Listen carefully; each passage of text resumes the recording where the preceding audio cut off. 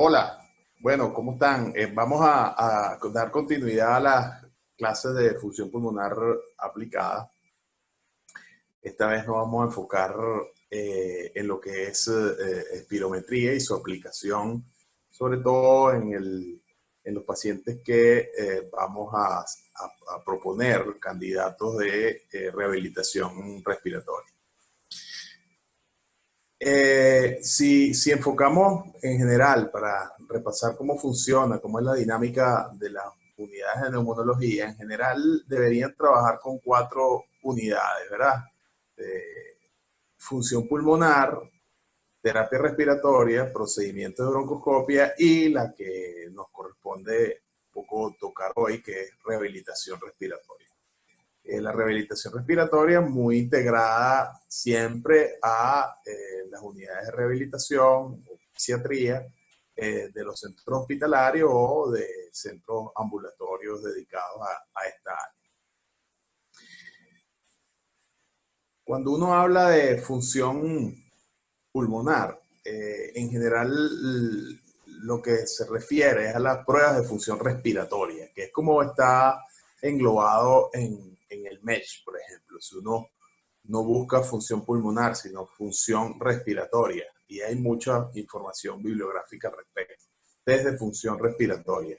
Pero nosotros lo conocemos más como pruebas de función pulmonar. Y cuando hablamos de pruebas de función pulmonar, siempre viene a la mente la espirometría. O sea, la espirometría es prácticamente sinónimo de lo que es una función pulmonar. Y no es así, pues, como ven allí, hay un menú de pruebas que se pueden hacer en un laboratorio de función pulmonar. Obviamente, las más conocidas, relevantes o más usadas y que se conocen en la práctica diaria en la medicina es la gasometría arterial y la espirometría. La espirometría ahí ya la clasificamos como espirometría simple o espirometría forzada. Y allá vamos a explicar de cuál es la diferencia entre una espirometría simple y una espirometría forzada.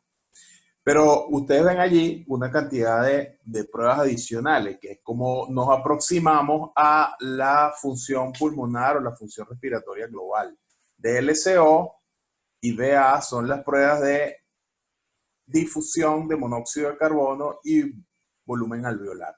Es la prueba cómo nos aproximamos a si hay daño intersticial en el parénquima pulmonar. También nos habla de la vasculatura pulmonar. Son muy sensibles y son pruebas, es la tercera prueba más realizada en los laboratorios de función pulmonar después de la gasometría y la espirometría. También hay pruebas más sofisticadas que necesitan equipos más especializados como resistencia a la vía aérea, medición de volúmenes pulmonares que se pueden hacer por dilución de nitrógeno o pletismografía. También la hacemos por dilución de helio, como aparece arriba en las pruebas de difusión. Son esas tres las más comunes para medir volúmenes pulmonares. Las pruebas de broncoprovocación son pruebas también muy utilizadas en los laboratorios de función pulmonar. Las que más les compete a ustedes en el área de rehabilitación es fundamentalmente la espirometría y esta, que es la reina de los laboratorios de función pulmonar, que es la prueba de esfuerzo cardiopulmonar, porque nos mide la capacidad aeróbica del ejercicio, el consumo de oxígeno máximo, la carga de trabajo, etc. Son pruebas complejas que los laboratorios completos de función pulmonar llevan a cabo. También está la polisomnografía, que es el gol estándar para diagnóstico de apnea y hipopnea obstructiva del sueño, el síndrome de apnea y hipopnea obstructiva del sueño. Y la hemodinamia pulmonar, que básicamente es para estudiar pacientes con hipertensión pulmonar y ver si son reactivos a algunos medicamentos que se administran en esas pruebas.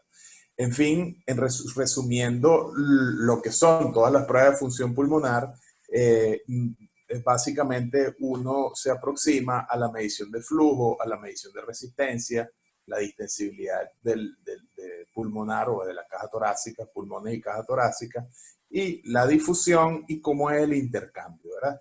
El intercambio de gases. Esto nos aproximamos con esas pruebas que les nombré, básicamente la difusión con la DLCO, la gasometría y oximetría, y la distensibilidad, la resistencia, los volúmenes y flujos con los volúmenes pulmonares y la espirometría, que nos aproximamos a la mecánica. Es decir, que en función pulmonar, básicamente nosotros podemos dividir las pruebas en las que hacen una aproximación a la mecánica respiratoria o al intercambio gaseoso. Y las pruebas de esfuerzo cardiopulmonar son pruebas que integran ambas cosas. La mecánica pulmonar durante el ejercicio o el intercambio gaseoso y el consumo y la producción de CO2. Consumo de oxígeno y producción de CO2. Este señor que está acá, John Hutchinson, inventó el espirómetro en 1848, 1846, hizo la primera, su publicación, inventó el espirómetro en el 46 y su primera publicación es el 48, del 46, perdón, en el mismo momento en que hizo la invención del espirómetro. Esto es una referencia bien importante para la historia de la neumonología, de la función pulmonar. Aquí en esta referencia del chest, Thomas Petty, que es uno de los padres, además de la rehabilitación respiratoria, le dedica este artículo a John Hutchinson, porque John Hutchinson no solo inventa el espirómetro, sino que describe lo que se conoce como la capacidad, hoy en día la capacidad vital, y el trabajo lo llama capacidad de los pulmones, pero lo que él describe allí es la capacidad vital. Y esto se lo muestro porque no solo la capacidad vital es un valor relevante en la función pulmonar, sino que, relevante en la función pulmonar lo es, pero no solo es relevante como predictivo de las enfermedades pulmonares, sino que también es muy pronóstico en las enfermedades, por ejemplo, cardiovasculares. Es importante mencionar que el estudio Framingham, muy conocido en epidemiología cardiovascular, reportó que la capacidad vital era un indicador pronóstico poderoso. Inclusive tanto como el colesterol. Entonces, la capacidad vital es un valor que pueden tener básico en la salud de un individuo. Y esto se ha demostrado en muchos trabajos. Les traigo aquí una revisión sistemática que se publicó hace ya algunos años, pero es clásica, donde se demuestra que los pacientes que tenían un peor BEF, un volumen expirado forzado el primer segundo, tenían una mortalidad cardiovascular aumentada, un riesgo relativo aumentado en comparación con los pacientes con un mejor BEF. Ahora, ¿qué es el BEF? ¿Qué es la capacidad vital? Repasemos un poco lo que significan los volúmenes pulmonares. Cuando uno respira normalmente, arrastra un volumen, moviliza un volumen que denominamos volumen corriente, que es este volumen que les señalo acá. Cuando uno toma aire profundo, moviliza adicionalmente un volumen que no moviliza en condiciones estables. Y ese volumen se denomina volumen de reserva inspiratoria. Cuando uno expira completamente hasta capacidad pulmonar, hasta la reserva funcional o el volumen residual, arrastra, moviliza un volumen que es la reserva expiratoria. Es decir, que cuando uno habla de la capacidad vital, lo que está hablando es de la suma de volúmenes, volumen corriente más los volúmenes de reserva inspiratorio y de reserva expiratorio. Cuando uno, aquí lo tenemos mejor graficado o mejor señalado, y en resumen, en fisiología respiratoria, cuando uno habla de capacidades, no es más que la suma de volúmenes. Aquí tenemos la capacidad inspiratoria, es la suma del volumen corriente más el volumen de reserva inspiratoria, que es muy importante en las enfermedades obstructivas, porque en las enfermedades obstructivas esta capacidad inspiratoria tiende a disminuir porque aumenta el volumen de residual funcional. Al haber más atrapamiento aéreo, el punto donde uno comienza a respirar es más alto y la capacidad inspiratoria disminuye. La capacidad vital, que es siempre expiratoria, uno toma aire acá, estamos respirando normalmente, respira normalmente, toma aire profundo, vacía lentamente, eso es lo que denominamos capacidad vital. Siempre la capacidad vital será expiratoria entonces, a menos que le llamemos capacidad vital inspiratoria, que sería la capacidad que uno mediría desde este punto, inspirando hasta este punto. Pero en fisiología respiratoria y en espirometría, cuando uno habla de capacidad vital, siempre está hablando de una maniobra expiratoria. Veámoslo acá. Uno toma aire, volumen corriente, que en fisiología respiratoria es BT, tidal volume, BT. ¿Sí? Respira, toma aire profundo, moviliza el volumen de reserva inspiratorio y vacía. Ahora vaciamos forzadamente, soplamos. En este soplido se inscriben dos puntos que son fundamentales.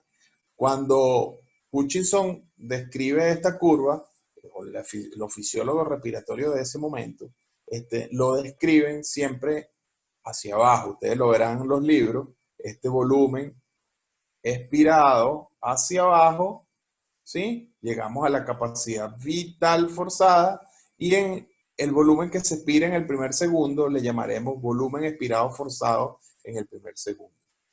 En espirometría, uno no puede medir el volumen que queda en los pulmones después de una expiración forzada, que es lo que se denomina volumen residual. Eso no lo podemos medir con una espirometría. Para eso necesitamos equipos sofisticados, como les comenté inicialmente, para medir volúmenes pulmonares. Entonces, el volumen residual está incluido en la capacidad pulmonar total y en la capacidad residual funcional. Por lo tanto, estas capacidades no las podemos medir con espirometría.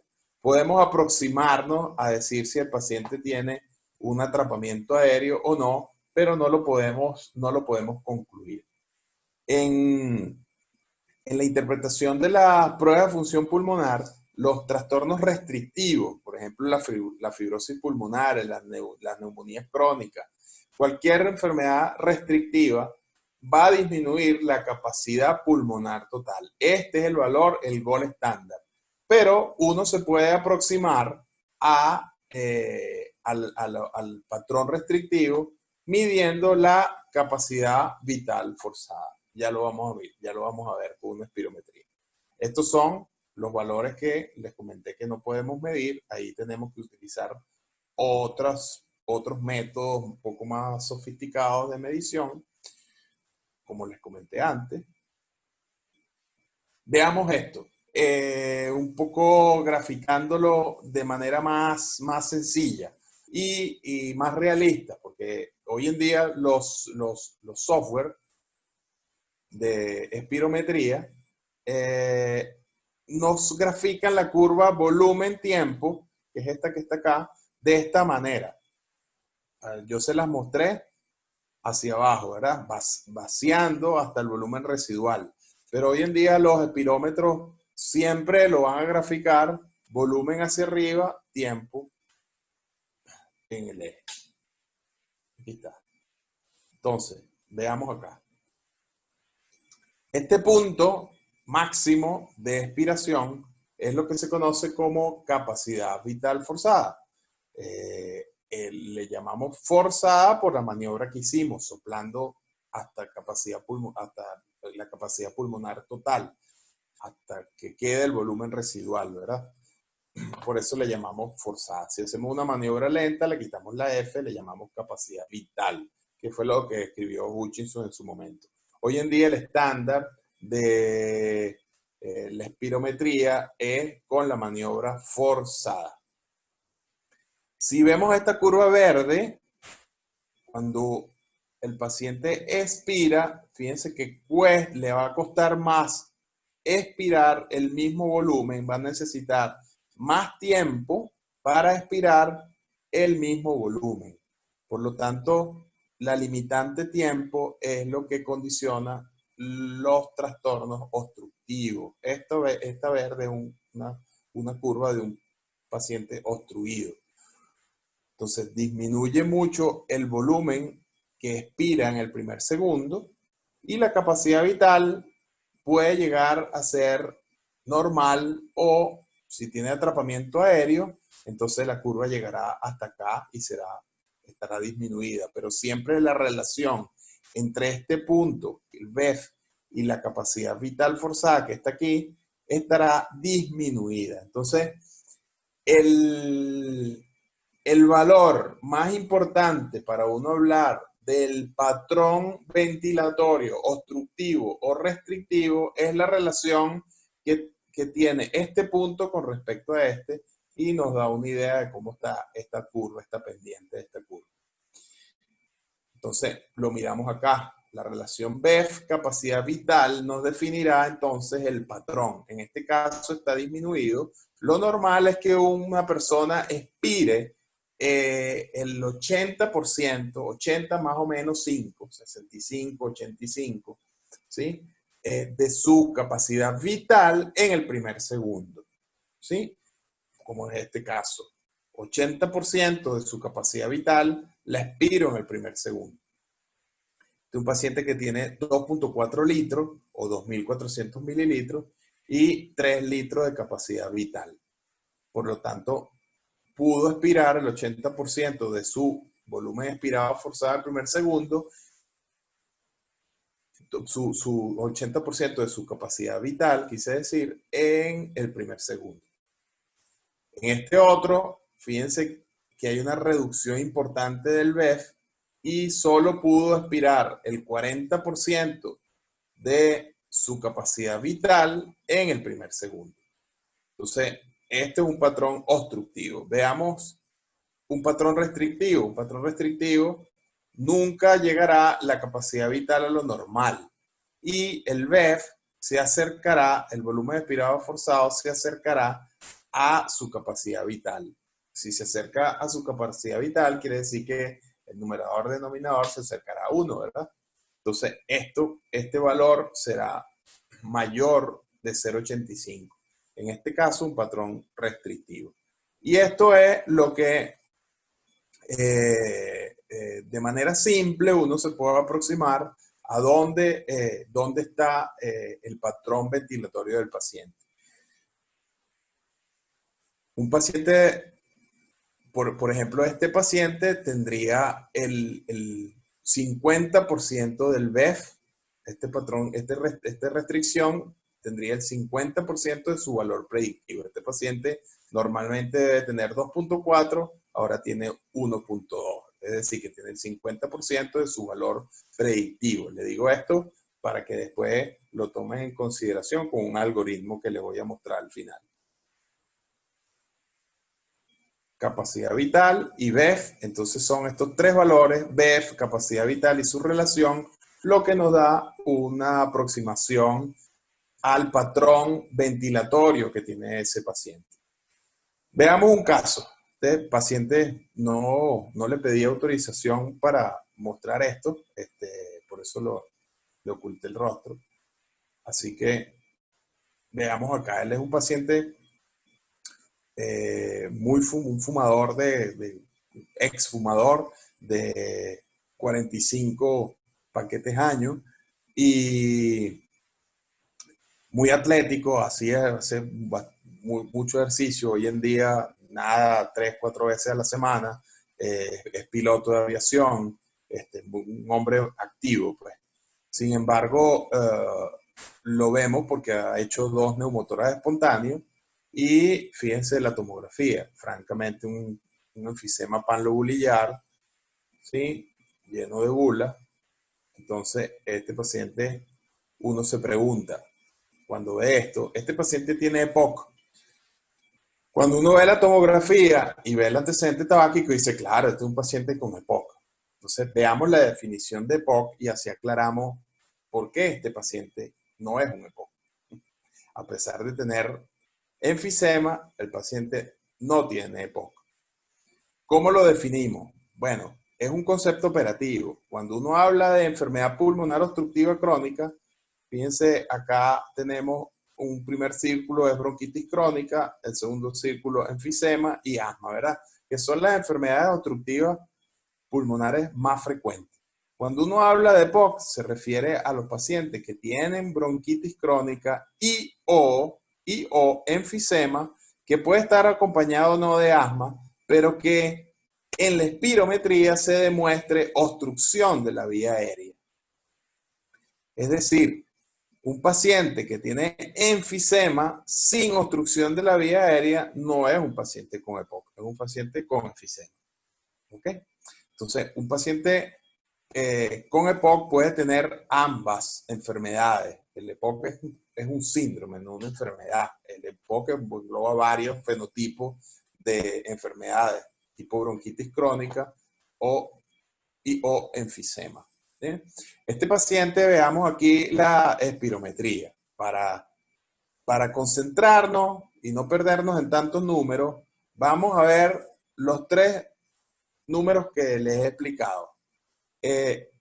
Lo primero que vamos a ver es la relación, porque la relación nos da una idea si está en un patrón normal, si el patrón ventilatorio es obstructivo, si el patrón ventilatorio es restrictivo.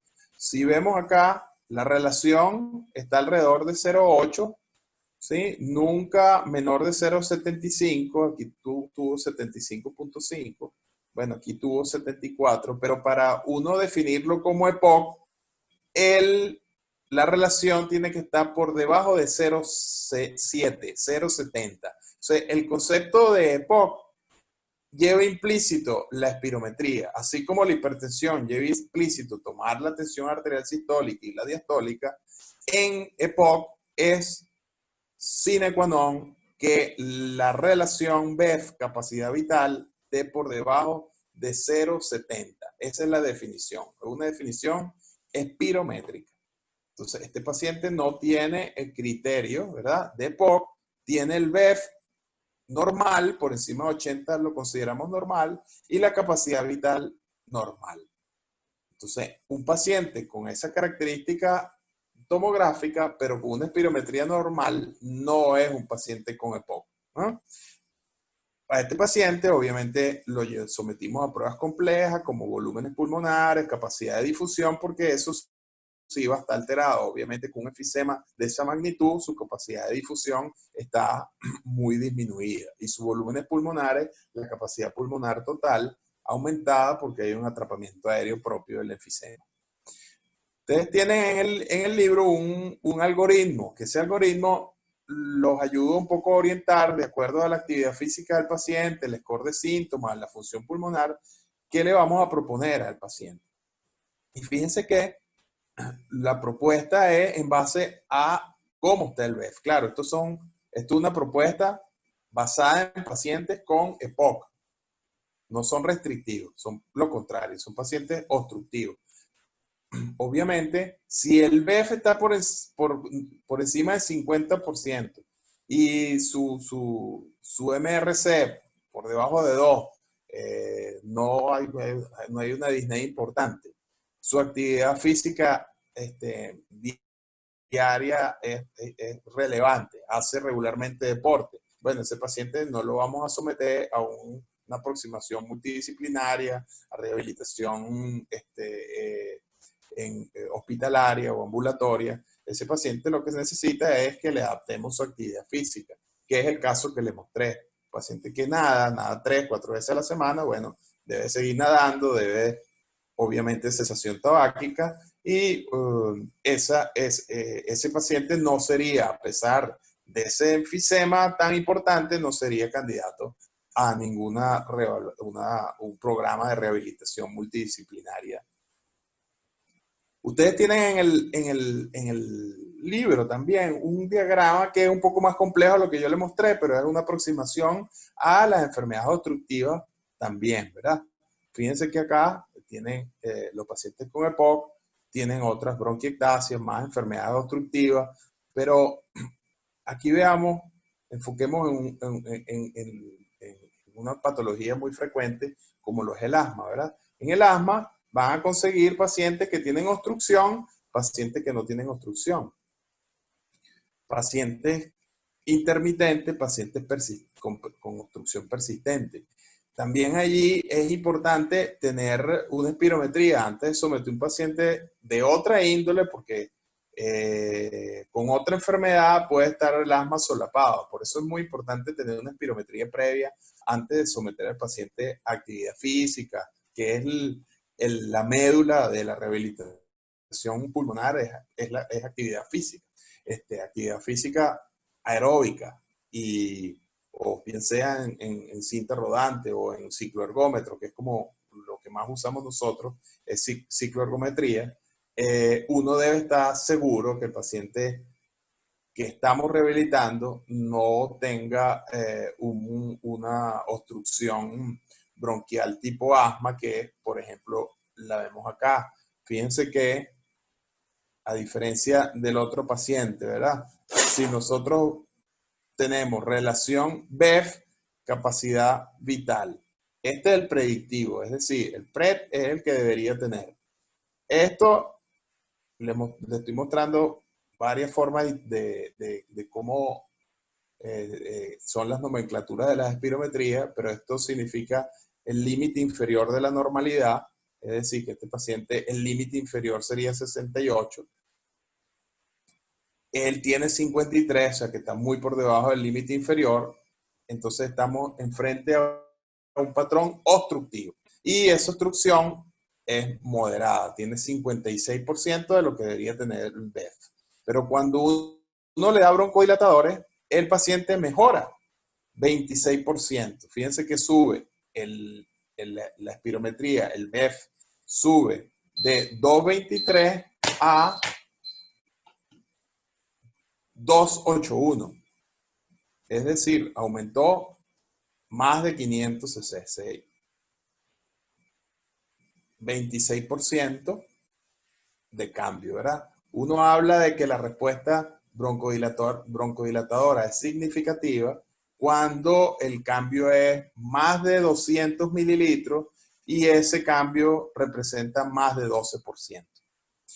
Cuando eso sucede, decimos que la respuesta es significativa. Este paciente es un paciente que en el algoritmo está por encima del 50% del BEF, pero tiene una hiperrespuesta bronquial. Entonces, este es un paciente que antes de someterlo a un programa de rehabilitación o mandarlo a hacer ejercicio, hay que controlar esta hiperrespuesta bronquial que tiene. Es un paciente con asma, que a veces en el asma hay una discordancia entre los síntomas y el BEF. Este, por ejemplo, es un paciente que llegó a hacer rehabilitación porque iba a ser operado de un nódulo pulmonar y le propusieron rehabilitarse porque tenía problemas respiratorios, pero el problema respiratorio que tenía es asma bronquial. Entonces, esto es tratamiento farmacológico primero, el paciente mejora, se normaliza su espirometría y fundamentalmente no necesita tampoco mayor programa de rehabilitación respiratoria porque tiene un esfuerzo normal y una actividad física normal, un paciente que iba al Parque del Este, que hace ejercicio, lo que es que incentivarlo a que haga 4 veces a la semana ejercicio, al menos 30, 40 minutos.